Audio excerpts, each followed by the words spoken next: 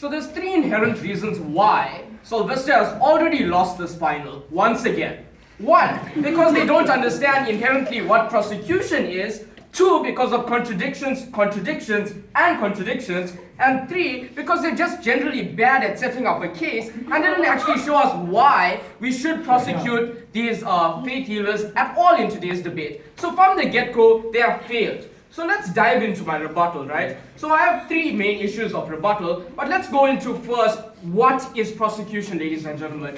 We live in a society where prosecution is something that is, you are not guilty or you are innocent till proven guilty. And that's what we stand for in today's debate. So whether they are a minority or not, they should not be exempt from the justice system, and justice should always prevail, whether they are a minority or not. So we're saying that we should prosecute even if it's all these faith healers, as long as justice is served at the end of the day. We are quite happy as a proposition, right? So that's what prosecution is.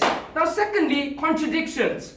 We didn't accept this from Solvista, but we got it here today. So first, we had this line that these people actually go out of desperation, right? And when a person is desperate, are they rational? No, they aren't. So that's why, one reason, we should not value their choice. That's what came from the first opposition, right? So they aren't rational, so we don't value their choice then. But moreover, why don't we value their choice? Secondly, because they can't cause harm to themselves. And thirdly, because they cause harm to the principles of religion, which is what I'll flag out in my positive matter. So even if we value their choice, what I tell you is that justice must prevail at the end of the day. And that's how we destroyed your matter there. But then more than that, there was another contradiction made by her, saying that, well, we hold these people in high regard.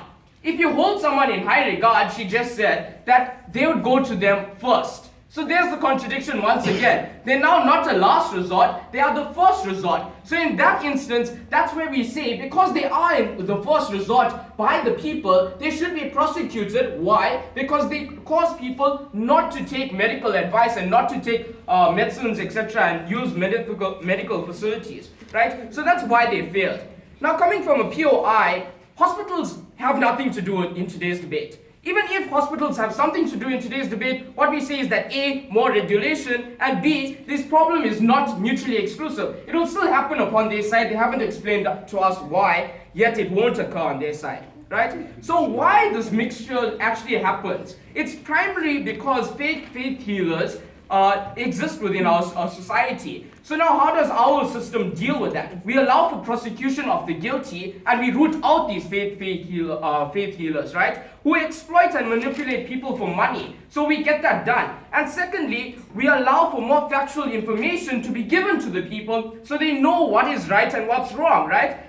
So we get rid of faith healers currently, and we provide a deterrent to future faith healers, right? So now I'll be moving on to my positive matter.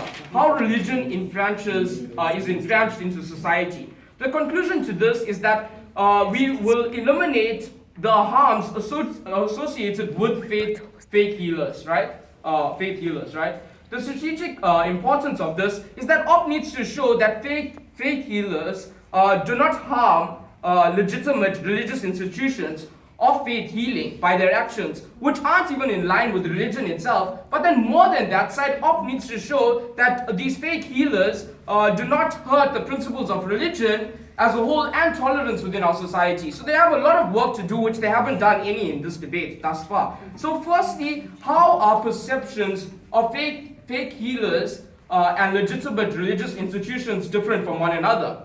We see that we need to establish that faith healers are not a part of legitimate religions. Why? Because they hold separate beliefs. Most faith healers directly contradict religions, and they are separate entities in this instance.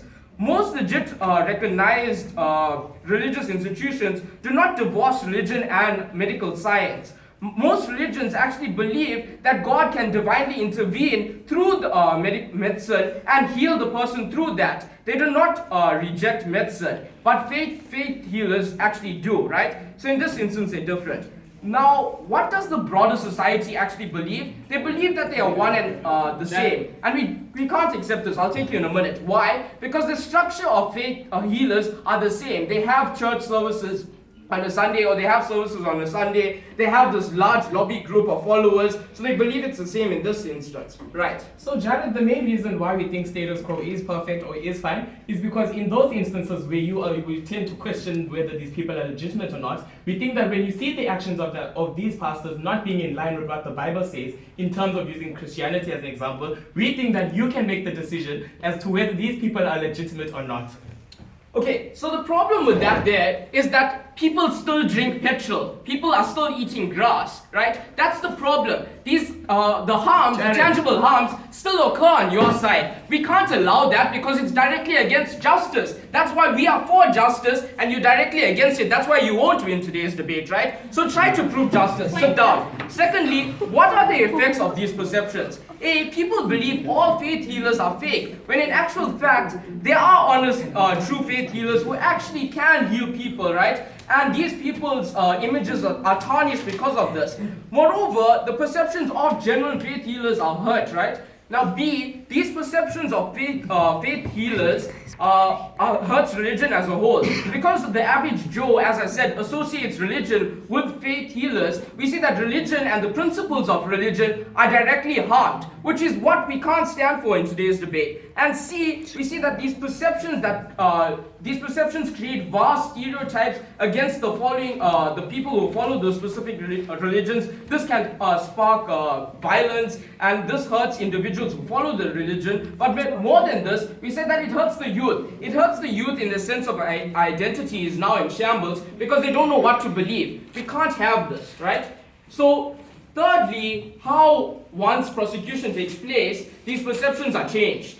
Right? How the justice system works, I told you, was that you are innocent until proven guilty. So for faith healers, they will be rooted out because of the justice system, and the justice system will prevail, right? So how we change perceptions is that real faith healers will now remain within society, and these people can now use the real ones and they won't actually die. There's no tangible harm from using real faith healers, right?